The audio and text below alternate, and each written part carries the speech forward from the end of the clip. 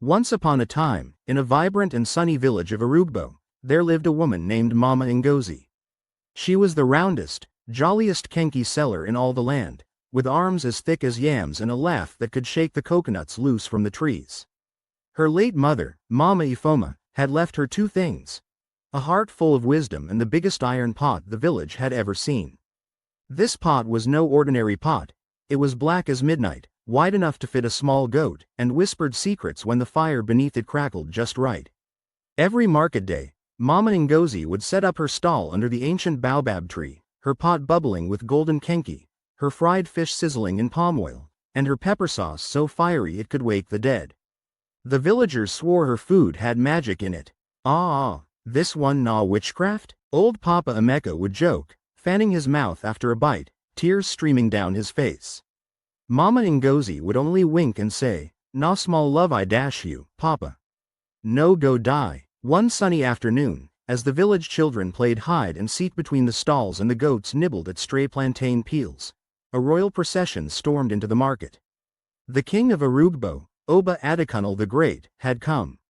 He was a tall, proud man with a beard like a lion's mane and a voice that rumbled like thunder. The villagers bowed low, but Mama Ngozi, busy stirring her pot, only gave a quick nod. See this woman, the king's chief guard, Balogun, grumbled. She know how to greet king. But the king wasn't listening. His nose had caught the scent of Mama Ngozi's kenkey, and his stomach roared louder than his royal drums. "Woman, bring me this your food now," he commanded. Mama Ngozi chuckled, wiped her hands on her wrapper, and served him a generous portion. The moment the king tasted it, his eyes rolled back in delight. This one's sweet past heaven," he declared, stuffing his face. The villagers gasped. No one had ever seen the king eat with such joy. From that day, the king visited Mama Ngozi's stall every market day, each time demanding more kenkey, more fish, more pepper. But Mama Ngozi, being as sharp as a freshly cut sugarcane, noticed something strange. No matter how much food she served, her pot never emptied. "This pot gets secret," she muttered one evening, poking at it with her wooden spoon. The pot hissed in response, and a tiny voice whispered, "Only the wise shall know my name." Mama Ngozi nearly jumped out of her wrapper. "Who dey talk?" she yelped, looking around. But the market was empty, the moon high in the sky. She shook her head and decided it was the palm wine she had taken earlier. Still, the mystery of the pot gnawed at her. Meanwhile, the king's obsession with Mama Ngozi's cooking grew. He summoned her to the palace, demanding she cook for him daily. "But my king," she protested, "who go sell for my customers?" The king waved his hand. "I go pay you double, triple." Reluctantly, Mama Ngozi agreed, but she carried her pot with her, never letting it out of her sight. At the palace, the king's wives grew jealous. This fat market woman don't catch the king's eye with just food? Queen Adesua sneered, her gold jewelry clinking as she paced. "We go show her she no be special."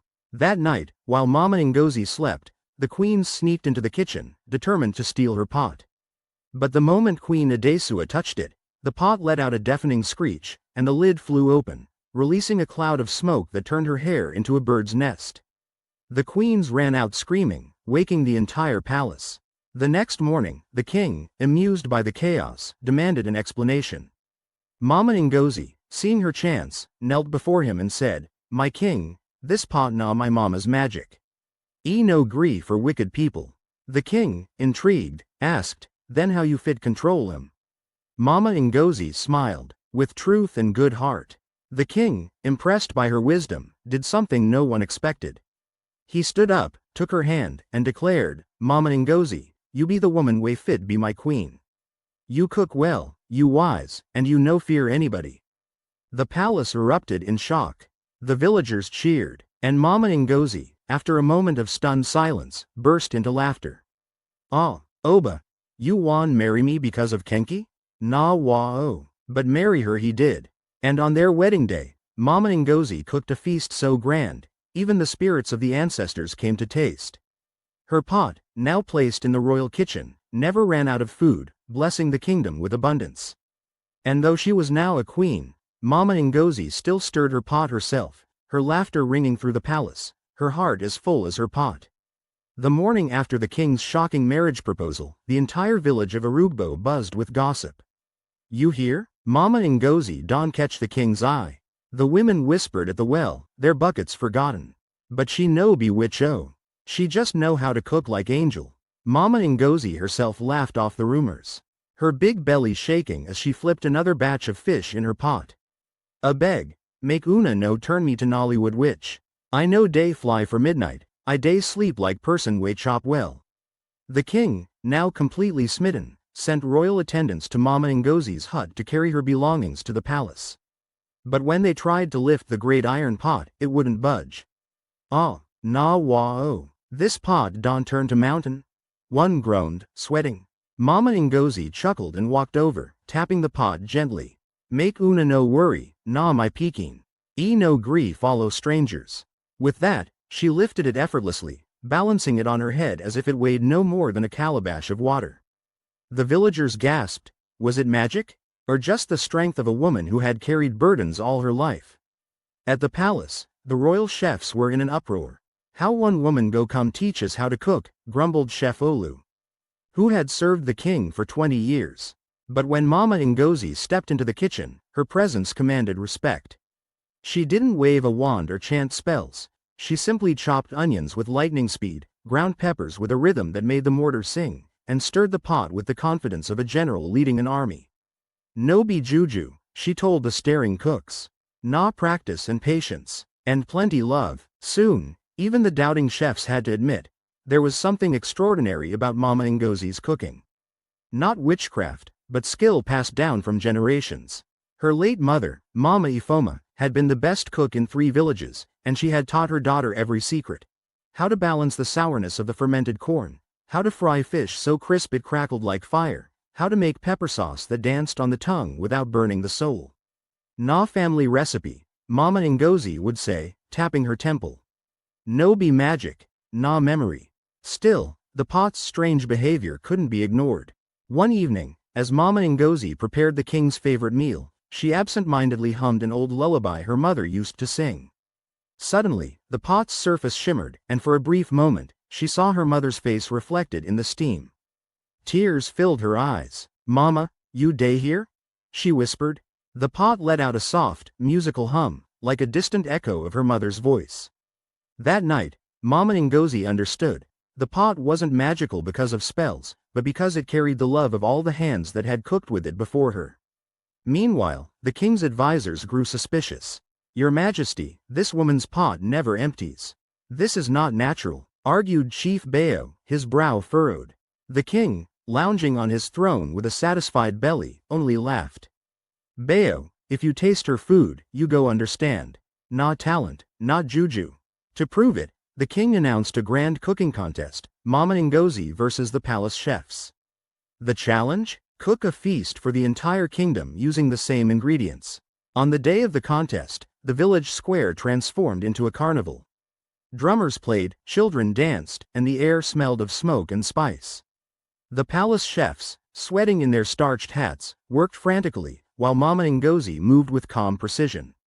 When the tasting began, the difference was clear. The chef's food was good, but Mama Ngozi's was alive. Her Kenkey melted like sunshine, her fish crackled with joy, and her pepper sauce made even the oldest elders giggle like children. The king, grinning, declared her the winner. "You see, na skill, no be magic." But the greatest test came when a terrible drought struck the land. Crops withered, rivers dried, and the villagers grew hungry. Desperate, the king turned to Mama Ngozi. "Can your pot feed my people?" She hesitated, then nodded.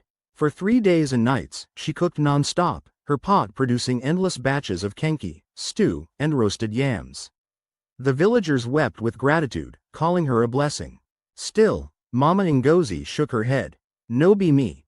Na the love way my mama put inside this pot. E never finish because kindness no day finish." In time, even the jealous queens came around. Queen Adesua, her pride humbled by the bird's nest incident, approached Mama Ngozi one evening. "Teach me," she begged. "I want to cook like you." Mama Ngozi, ever generous, took her hands and placed them on the pot. "First, you must cook with joy. If your heart day heavy, the food go taste like sorrow." Slowly, The queens learned, not magic, but the art of turning simple ingredients into something divine.